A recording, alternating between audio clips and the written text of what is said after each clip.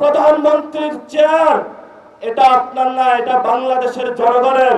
আমরা রাজপথে থেকে সেই সকল মানুষ থেকে বাংলাদেশের স্বাধীনতা এবং সার্বভৌমত্ব নিশ্চিত করতে হবে। এখানে লেখা আছে আলিফের চোখ ফিরিয়ে দে, ফেরত দিতে পারবে? কোথায় থেকে দিবে? নিজের তো চোখ নাই। তারেক রহমান অবৈধ প্রধানমন্ত্রী। আমার এই গণভোট যদি অবৈধ হয়, বিএনপি সরকার অবৈধ সরকার। প্রচন্ড রাগে ক্ষোভে আছি। ইট মারেন, পাটকেল মারেন, ডিম মারেন, অস্ত্র নিয়ে আসেন, হকি স্টিক নিয়ে আসেন, কোন স্টিকে কাজ হবে না। তাদের পদযাত্রা এখনো শেষ হয়নি, আরো যে অন্য জায়গায় হামলা হবে না কোনো নিশ্চয়তা নাই। করণীয়টা আসলে কি? শুধু প্রতিবাদী সীমাবদ্ধ? করণীয়তা ঘুরে দাঁড়াতে হবে, কোনো জায়গায় সার দিয়ে কথা বলা ঠিক হবে না। তারেক রহমান, আপনি মস্ত বড় ভুল করেছেন, এই জন্য আপনার কাফফারা দিতে হবে, এমন কাফফারা দিতে হবে যে কাফফারা আপনি কতক্ষণ এক্সপেক্ট করেন না। কিন্তু আমার এই যে রক্তটা, এটা রেড লাইন ছিল তারেক রহমান, এই রক্তের প্রতিশোধ আমি আপনার থেকে ইনশাআল্লাহ নিব, কড়া গন্ডায় বুঝে নিব ইনশাআল্লাহ। আজকে নাসিরের গাড়ি ভাঙতেছেন, সাজ্জিসের গাড়ি ভাঙতেছেন, আপনাদের তো বুকের পাটা থাকলে ওবায়দুল কাদেরের গাড়ি ভাঙতেন, কই সেদিন পারেন নাই তো। কোন বিরোধী দল, ডানে বলেন বামে বলেন, যারা গণঅভ্যুত্থানের পক্ষে ছিলেন, কেউ আপনার পতন চায় না। বাংলাদেশের ইতিহাসে প্রথম বিএনপি সরকার যার কোনো হস্টাইল অপোজিশন নাই, যাকে টেনে হিসড়ে দাবড়ায় নামায় ফেলতে চায়, এরকম কোন অপোজিশন নাই। প্রধানমন্ত্রী হিসেবে তার খোঁজ নেওয়া উচিত ছিল, কারণ তিনি তো শুধু একটা দলের প্রধানমন্ত্রী না, তিনি দেশের প্রধানমন্ত্রী। কাজে আলিফও তার নাগরিক, আলিফও তার কনস্টিটিউয়েন্সি। তো আলিফের উপর যখন এরকম আক্রমণ হলো, তখন আসলে তার ব্যাপারে প্রধানমন্ত্রীর একটা খোঁজ নেওয়ার এবং বিষয়টাকে একরকম ইন্টারভিন করে সমাধান করার একটা দায়িত্ব ছিল। সেই দায়িত্ব পালন করতে প্রধানমন্ত্রী এবং রাজনৈতিক দল হিসেবে বিএনপি ব্যর্থ হয়েছে। আপনার গলা টিপে ধরার জন্য আপনার বিরুদ্ধে মামলা দিবে। আমরা শুনলাম ছিনতাইয়ের মামলা। আসলে ছিনতাই একটা হয়েছে। ছিনতাইটা কি হয়েছে? তারেক রহমান এবং বিএনপির মান সম্মানের ছিনতাই হয়েছে, কিন্তু ছিনতাইটা তারা করেছে, তাদের কাজের মধ্য দিয়ে চিন্তাই করেছে। এখন বাংলাদেশের মানুষের সামনে তাদের তো মুখ দেখানোর মতো অবস্থা নাই। এই জন্য মানে তাদের এখন অবস্থা, যারা ছাত্রদল যেটা করেছে, কতটা অথর্ব হলে এত মান সম্মান চলে যাওয়ার পরে আবার এমন একটা কাজ করে যেটা দিয়ে মানুষের কাছে হাসির খোরাক হয়। যদি আমাদের 1400 শহীদ ভাইদের তারেক রহমান বিচার করতে সক্ষম না হয়, তাহলে বাংলাদেশের তরুণ যুবক যারা আমরা রয়েছে, আমরা সবাই ঐক্যবদ্ধ হয়েছে, আমরা ক্ষমতা নিতে প্রস্তুত। এবার আমরা আর কোনো উপদেষ্টা বানাবো না, সবাই দেশটার একটা 12টা বাজায় চলে গেছে। বিএনপির ভাগ্যটাই খারাপ, যা করে তাই আওয়ামী লীগের ফটো কপি হয়ে যা। বালুর ট্রাক খালেদা জিয়ার বাড়ির সামনে আওয়ামী লীগ দিয়েছিল, এবার বালুর ট্রাক দিয়েছে এনসিবির সামনে বিএনপি। আর গতকাল মোবাইল চুরির মামলা করেছে হবিগঞ্জে, কার নামে? নাসিরউদ্দিন পাটোয়ারি আর সারজিদ আলমের নামে। অপরদিকে দেখেন, এই মহিউদ্দিন খান আলমগীর যখন স্বরাষ্ট্রমন্ত্রী, তখন মোবাইল চুরির মামলা করেছিল কার নামে? বর্তমান শিক্ষামন্ত্রী এহসানুল হক মিলনের নামে। তখনকার সময় আমরা হাসছিলাম মহিউদ্দিন খান আলমগীরকে নিয়ে, এবার ছাত্রদলকে নিয়ে আমরা হাসবো নাকি কাঁদবো? তারেক জিয়া সরকার বিএনপি সরকারকে আমরা অনুরোধ করবো, কারোর উপর জুলুম করবেন না। জুলাই বিপ্লব যারা করেছে, তারা বাংলাদেশে জুলুমতন্ত্র কায়েম হতে দিবে না। বাংলাদেশের সিন্ডিকেটের মাধ্যমে মানুষের উপর জুলুম করবেন, সেটা আমরা সহ্য করবো না। আমরা অনুরোধ করবো, যারা বিপ্লবে অবদান রেখেছে, যারা বাংলাদেশপন্থী রাজনীতি করে, যারা এখানে ইনসাফ কায়েম করতে চায়, যারা স্বাস্থ্য সেবা সকল নাগরিকদের সুরক্ষা নিশ্চিত করতে চায়, তাদেরকে মেধার ভিত্তিতে তাদেরকে সব জায়গায় প্রদান করতে হবে। সেটা যেন ফালানো তো দূরের কথা, একটা চুলো বাঁকা করতে পারে না বিএনপি। শুনতে খারাপ লাগতে পারলেও, এই খারাপ লাগলেও লাস্ট 17 বছর আমরা দেখতে পাচ্ছি এইটাই সত্য। 28 অক্টোবর যখন আমি রিফাত রশিদ মার খাই পল্টনে, তখন বিএনপির নেতারা ওই ককটেলের শব্দে, ককটেল তাদের গায়ে লাগে না, ককটেলের শব্দে পিছন দিয়ে ভেগেছিল। আমরা তখন বসে বসে হলো কি এখানে পল্টনে মার খাইছি। আসসালামু আলাইকুম প্রিয় দর্শক, আপনারা দেখছেন বাংলাদেশের সাম্প্রতিক বিষয় নিয়ে বিস্তারিত আলোচনা ইতিমধ্যে আপনারা দেখেছেন। তো সামনে অনেক বিস্তারিত আলোচনা রয়েছে, গুরুত্বপূর্ণ আলোচনা। সেই আলোচনাটা কি হতে চলেছে সেটা কিন্তু আপনারা ইতিমধ্যেই কিন্তু বুঝতে পেরেছেন। তো দর্শক, আশা করি আপনারা না টেনে ধৈর্য সহকারে ভিডিওটি দেখতে থাকুন। ভিডিওটি দেখলেই আপনি কিন্তু বাংলাদেশের পরিস্থিতি নিয়ে আপনি জানতে পারবেন। নানান রকমের ভিডিও কিন্তু আপনি এখানে খবর একত্রিতভাবে আমরা দেখাচ্ছি, সেই থেকেই কিন্তু আপনারা মূল আলোচনাটি আপনারা কিন্তু বুঝতে পারবেন। তো দর্শক, দেরি না করে চলুন আমরা মূল আলোচনাটি, সম্পূর্ণ আলোচনাটি আমরা শুনতে থাকি। আমাদের 1400 শহীদ ভাইদের তারেক রহমান বিচার করতে সক্ষম না হয়, তাহলে বাংলাদেশের তরুণ যুবক যারা আমরা রয়েছে, আমরা সবাই ঐক্যবদ্ধ হয়েছে, আমরা ক্ষমতা নিতে প্রস্তুত। এবার আমরা আর কোনো উপদেষ্টা বানাবো না, সবাই দেশটার একটা 12টা বাজায় চলে গেছে। এবার হলো একটাই অ্যাকশন, তরুণরা পুরো বাংলাদেশে যেভাবে ডাকাতদেরকে ঠেকিয়েছে, এইভাবে নিজেরা ক্ষমতায় গিয়ে নেতৃত্ব দিয়ে বাংলাদেশে চাঁদাবাজি বন্ধ করবে, টেন্ডারবাজি বন্ধ করবে, তরুণদের কর্মসংস্থান ব্যবস্থা করবে, ব্যবসায়ী ভাইদের উন্নয়ন করবে, পুলিশের সংস্কার করবে, ব্যবসার সংস্কার করবে, মিডিয়ার সংস্কার করবে, আপনার মা বাবার চিকিৎসার নিশ্চিত করবে, আপনার যিনি সন্তান রয়েছে তার চাকরির ব্যবস্থা করবে। সব জল্পনা কল্পনার অবসান ঘটিয়ে এনসিবি নেতাদের পাশে দাঁড়ালেন আমিরে জামাত, এবং আমিরে জামাতের জোরালো ভূমিকায় সরকারকে কঠিন বার্তা। দর্শক, জামাতের মধ্যে কেউ কেউ মনে করেন যে বিএনপি সন্ত্রাসীরা, ছাত্রদল সন্ত্রাসীরা এনসিপি নেতাদের উপর যে হামলা করছে এটা পূর্ব পরিকল্পিত, কেউ বলছেন সুপরিকল্পিত। বিশেষ করে শিবিরের সাবেক সভাপতি জাহিদুল ইসলাম এই কথা বলেছিলেন। এটা নিয়ে তোলপাড় সৃষ্টি হয়েছিল, যদিও তার বক্তব্য সম্ভবত তিনি প্রত্যাহার করেছেন, কারণ তার বক্তব্য আমি আর খুঁজে পাইনি। তিনি ডিলেট দিয়েছেন, সম্ভবত ডিলেট দেওয়া মিন্স প্রত্যাহার করা। তবে জামাতের অনেকেই এটা বিশ্বাস করেন। কোনো কোনো অ্যাক্টিভিস্ট এখনো লেখালেখি করছেন যে না, জাহিদুল ইসলাম যা বলেছিলেন ঠিকই বলেছিলেন। কিন্তু একটা সহজ বিষয় দেখেন, সেই চোখ হারানো আলিফকে দেখতে গিয়েছেন বিরোধী দলীয় নেতা ডাক্তার শফিকুর রহমান, এবং সেখানে যে নানান কথা বলেছেন সাংবাদিকদের সাথে। পুরো হবিগঞ্জের ঘটনা, মৌলভীবাজার সিলেটের ঘটনার তুলে ধরে তার তীব্র নিন্দা প্রতিবাদ জানিয়েছে, এবং সরকারের এই আচরণকে পুরনো দিনের আওয়ামী আচরণের পুনরাবৃত্তি হিসেবে চিহ্নিত করে কঠিন বার্তা দিয়েছেন। এখন এনসিপি বিএনপি যে ম্যাচ, এটা যদি পুরো পরিকল্পিত বা ফিক্সিং হতো, তাহলে আমিরে জামাত এভাবে অকপটে এনসিপির পাশে কি দাঁড়াতেন? বরং আমিরে জামাত ব্যস্ত মানুষ, তিনি সর্বোচ্চ এখন পর্যন্ত যেহেতু অন দি পেপার জোট আছে, জামাতের একজন তৃতীয় সারির নেতাকে হসপিটালে দেখতে পাঠাতে পারতেন, অথবা খোঁজ খবর নিতে পারতেন, অথবা ফোন দিয়ে খোঁজ নিতে পারতেন। কিন্তু তিনি নিজে দেখতে গেলেন হসপিটালে এবং এই ঘটনার একদম খোলামেলা প্রতিবাদ জানালেন। তো এটা যদি সন্দেহ সংশয় থাকতো যে এটা পরিকল্পিত কিনা, তাহলে আমার মনে হয় যে আমিরে জামাত নিজে সরাসরি আলিফ চৌধুরীকে দেখতে যেতেন না, কিংবা ওই ঘটনার এভাবে স্পষ্ট প্রতিবাদ জানাতেন না। তো এটা এই জামাতের মধ্যে যারা এই ভুল ধারণাটা করে, তাদের জল্পনা কল্পনার অবসান আমি মনে করি আমিরে জামাতের এই বক্তব্যের মধ্য দিয়ে এবং আলিফ চৌধুরীকে দেখতে যাওয়ার মধ্য দিয়ে হয়েছে। আমি আসছি আমিরে জামাত কি বলেছেন, ডিটেলস বিশ্লেষণ সব। তবে একটা কথা আগেই বলিনি, বিএনপির সাথে পরিকল্পিতভাবে কোনো একটা কিছু ঘটানো বা যোগসাজশ বা কারো এজেন্ট হয়ে কাজ করা বা পর্দার অন্তরালে বিএনপির সাথে যোগাযোগ থাকা, এটা এনসিপির কারো কারো আছে কিংবা থাকতে পারে।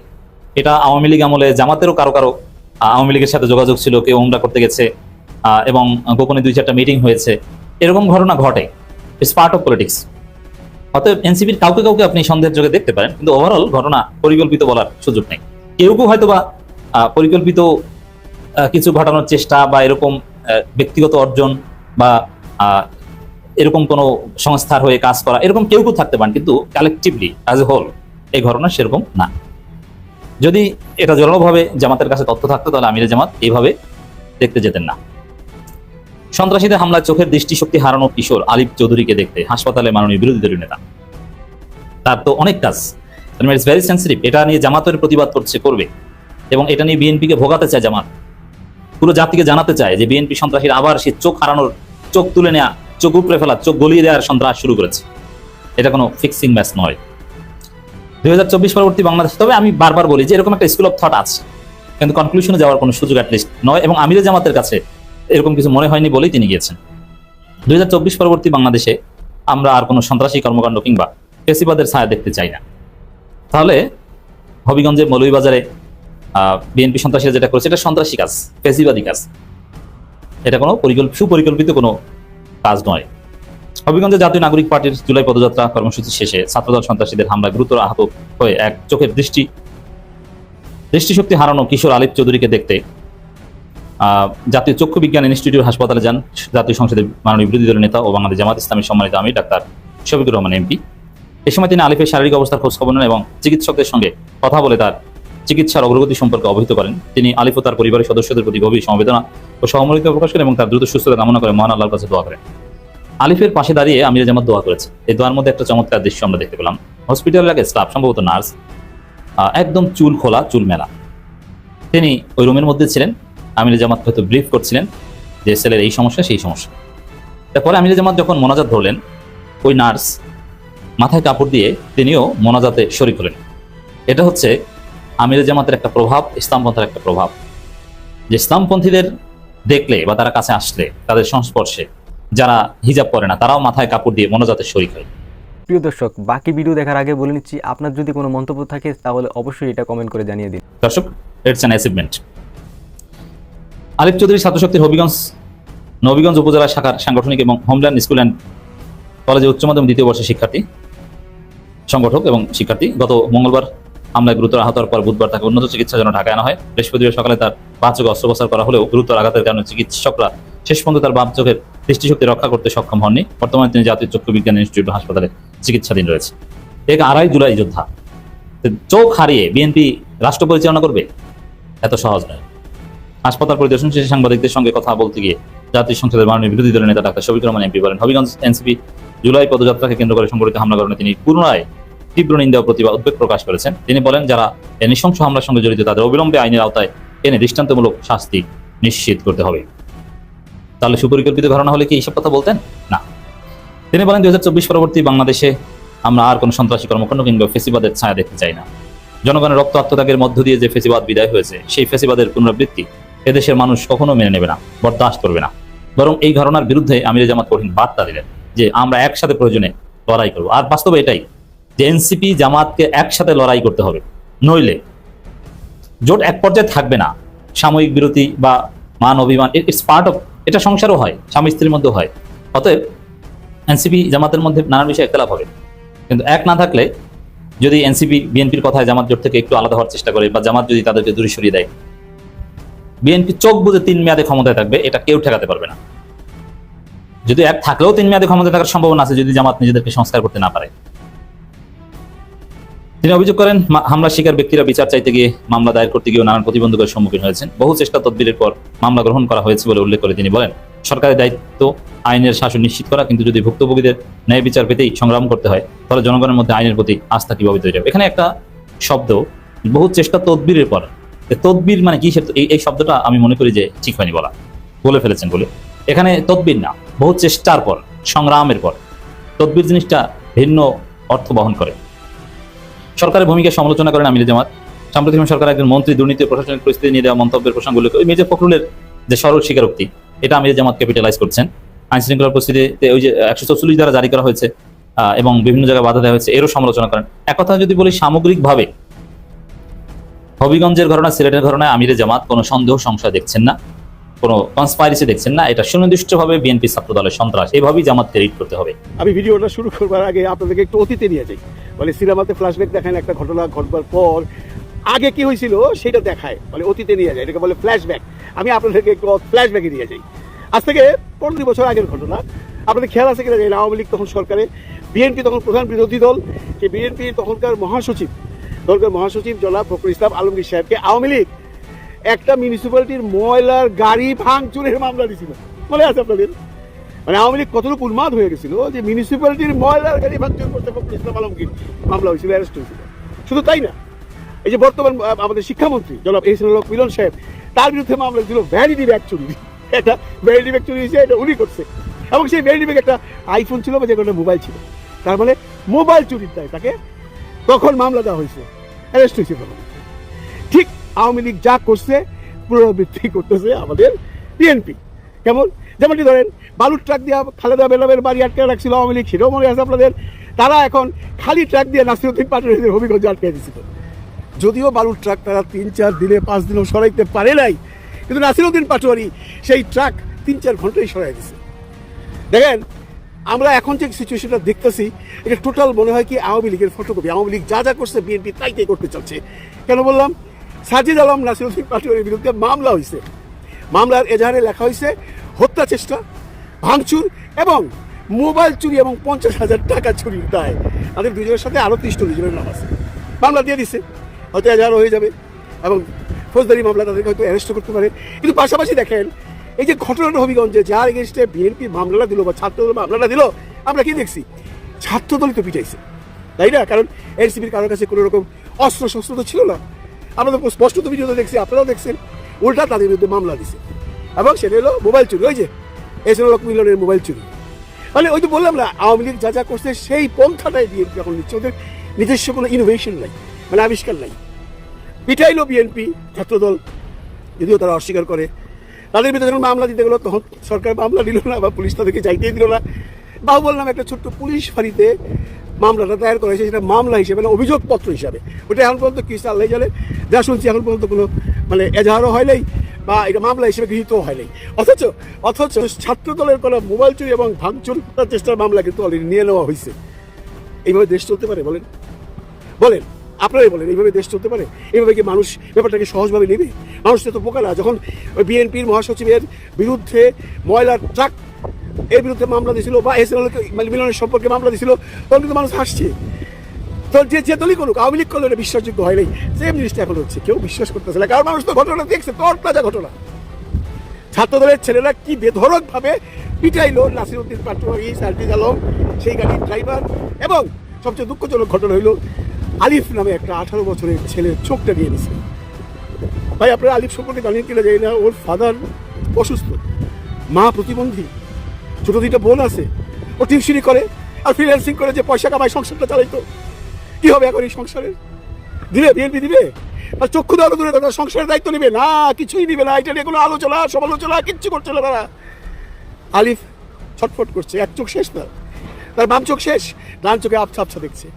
হয়তো ডান চোখটা চলে যাবে, তাতে কার কি হয়?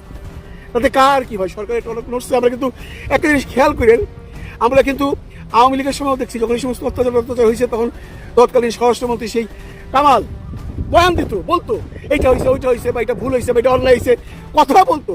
পাশাপাশি তারা যা করার সেটাই করতো, কিন্তু জনগণের সাথে কথা বলতো, ইন্টারাকশন রাখতো, বলতো বিএনপি এই ভুল করছে, এই জন্য এইটা হয়েছে। কিন্তু এই সরকারের স্বরাষ্ট্রমন্ত্রী জনাব সালাউদ্দিন সাহেব কোনো একটা কথা বলছেন, প্রধানমন্ত্রী তো বহু দূরের কথা, সালাউদ্দিন সাহেব কোনো একটা বয়ান দিচ্ছেন এখন পর্যন্ত আইসা এই জনসমক্ষে বা কোনো মিডিয়াতে যে হবিগঞ্জে যেটা ঘটছে সেটা নিয়ে আমরা দেখছি কি করা যায়, বা কারা অন্যায় করছে, বা এটা করা উচিত না, কোনো কথা বলে নাই, একদম চুপ টিমাইরা ঘরে বসে আছে।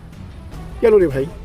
মানুষে আপনারা যদি এখন ভাবেন যে গায়ের জুড়ে আমরা এইভাবেই থাকবো, এবং শুধুমাত্র চোখ নিছে তা তো না, শুধুমাত্র পিটাইছে তা তো না, শুধুমাত্র হবিগঞ্জে ঘটনা ঘটেছে তা তো না, এই ঘটনা এখন পুরো বাংলাদেশে বিস্তার হয়ে গেছে।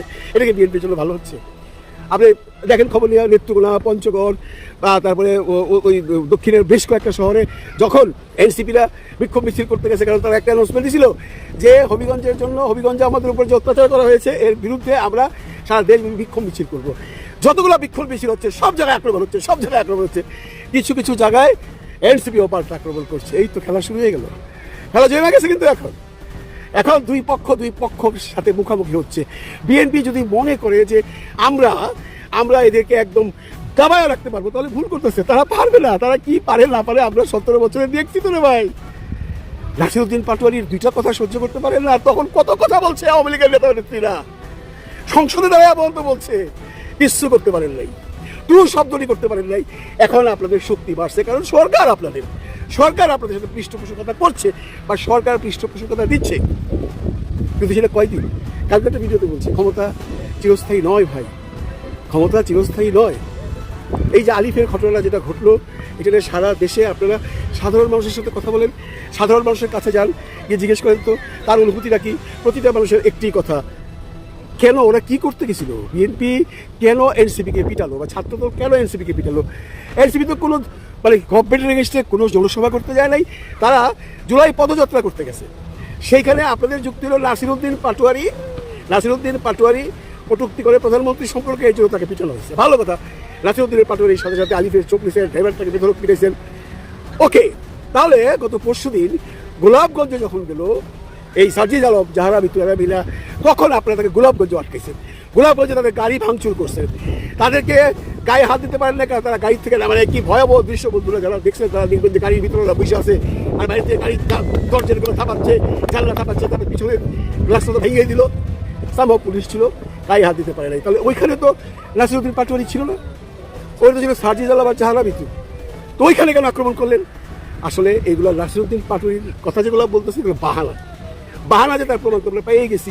গতকাল নাসিরউদ্দিন পাটোয়ারি তো যে কোনো কারণে হোক বলে দিছে, আমি আর কোনো কথা বলবো না, আমি আর কোনো কটূক্তি করবো না, সে নিজেই স্বীকারোক্তি দিয়ে বইলা দিছে। এখন যদি নাসিরউদ্দিন পাটোয়ারি খুন হয় তাহলে সম্পূর্ণ দায়ভার কিন্তু বিএনপির উপরে পড়বে, কারণ বিএনপিকে নিয়ে ইতিমধ্যে নাসিরউদ্দিন পাটোয়ারি উঠে পড়ে লেগেছেন এবং তার অতি বাড়াবাড়ি কিন্তু সেটা কিন্তু অতি রঞ্জিত হচ্ছে। তো নাসিরউদ্দিন পাটোয়ারি কি ষড়যন্ত্র করছেন সেটা আপনারাই ভালো বুঝেন, সেটা আপনাদের উপরে ছেড়ে দিলাম। কিন্তু নাসিরউদ্দিন পাটোয়ারি যদি এখন খুন হয় তাহলে আমরা সবাই ধরে নিব যে বিএনপি তাকে খুন করেছে। কিন্তু এখানে যদি বিভিন্ন রাজনৈতিক স্বার্থ রয়েছে, সেখানে যদি আওয়ামী লীগ যদি নাসিরউদ্দিন পাটোয়ারিকে নিয়ে ষড়যন্ত্র করে, হতে পারে সেটা, কিন্তু বিএনপির উপরেই কিন্তু সেটা পড়বে। তো দর্শক, নাসিরউদ্দিন পাটোয়ারি যা করছেন সেটা কোনোভাবেই সুস্থ ধারার রাজনীতি নয়, সেটা আমার ব্যক্তিগত মতামত। তো নাসিরউদ্দিন পাটোয়ারি তিনি কেন এত বাড়াবাড়ি করছেন সেটা আসলে নাসিরউদ্দিন পাটোয়ারি নিজেই জানেন, কোনো গোপন ষড়যন্ত্র আছে কিনা, বা বহির্বিশ্ব সাথে বাংলাদেশ যেভাবে তাল মিলিয়ে এগিয়ে যাচ্ছে বর্তমান তারেক রহমান সরকার, সেই বহির্বিশ্বের কোনো ইন্ধন সেখানে নাসিরুদ্দিন পাটোয়ারিকে দিচ্ছে কিনা, সেটাই দেখার বিষয়। তো দর্শক, ইতিমধ্যে আমরা সম্পূর্ণ আলোচনাটি শুনেছি এবং বাংলাদেশের প্রেক্ষাপটে বর্তমান যেই পরিস্থিতি নিয়ে কিন্তু আজকের এই ভিডিওটা তৈরি করা হয়েছে। তো এইরকম ভিডিও আপনি সবার আগে পেতে আমাদের চ্যানেলটি সাবস্ক্রাইব করে রাখুন। যারা এখনও পর্যন্ত ভিডিওতে লাইক দিননি তারা অবশ্যই একটি লাইক করে দিন। লাইক করলে কী হয়, আমরা যে ভিডিও তৈরি করি সেই ভিডিও করার উৎসাহ বাড়ে। আর এই ভিডিও মধ্যে আপনার যদি কোনো মতামত থাকে তাহলে অবশ্যই কমেন্ট করে জানিয়ে দিবেন, এবং বাংলাদেশের বর্তমান রাজনীতি বা বর্তমান প্রেক্ষাপট নিয়ে যদি আপনার কোনো মতামত থাকে সেটাও আপনি কমেন্ট করে জানিয়ে দিবেন। তো দর্শক, এতক্ষণ যারা আমাদের সাথে ছিলেন, ভিডিওটি দেখছিলেন, আপনাদেরকে অসংখ্য ধন্যবাদ। দেশ এবং দেশের বাইরে থেকে আপনারা যারা আমার ভিডিও নিয়মিত দেখেন, যারা এখনও পর্যন্ত এই চ্যানেলটি সাবস্ক্রাইব করেন না তারা অবশ্যই এই চ্যানেলটি সাবস্ক্রাইব করে রাখুন। তো আজ দেখা হচ্ছে পরবর্তী ভিডিওতে। এতক্ষণ সাথে থাকার জন্য অসংখ্য ধন্যবাদ।